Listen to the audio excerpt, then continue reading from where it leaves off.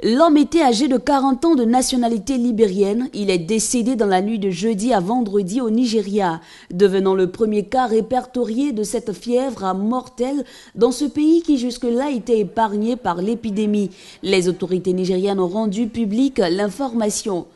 He presented with fever. Il souffrait de fièvre et de vomissements ainsi que de diarrhée à son arrivée à l'aéroport. Les autorités sanitaires l'ont vite isolé. Il a été transporté à l'hôpital afin d'éviter le contact avec la population. Le patient a subi des examens médicaux et des tests en laboratoire ont été faits à l'hôpital universitaire de Lagos qui a confirmé le diagnostic d'Ebola.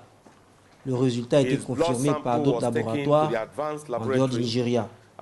Chukwu, ministre de la Santé, a indiqué que des spécialistes de son ministère ont été déployés dans tous les ports et aéroports du pays afin d'identifier tout visiteur souffrant de symptômes associés à l'Ebola.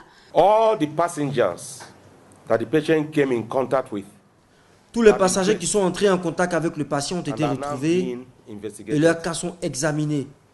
Comme le prévoit l'OMS et les règles internationales, tous les points d'entrée au Nigeria, y compris les ports, aéroports et les frontières terrestres, ont été placés en alerte rouge. All ports of entry to Nigeria, including airports, seaports and land borders, have been placed on red alert.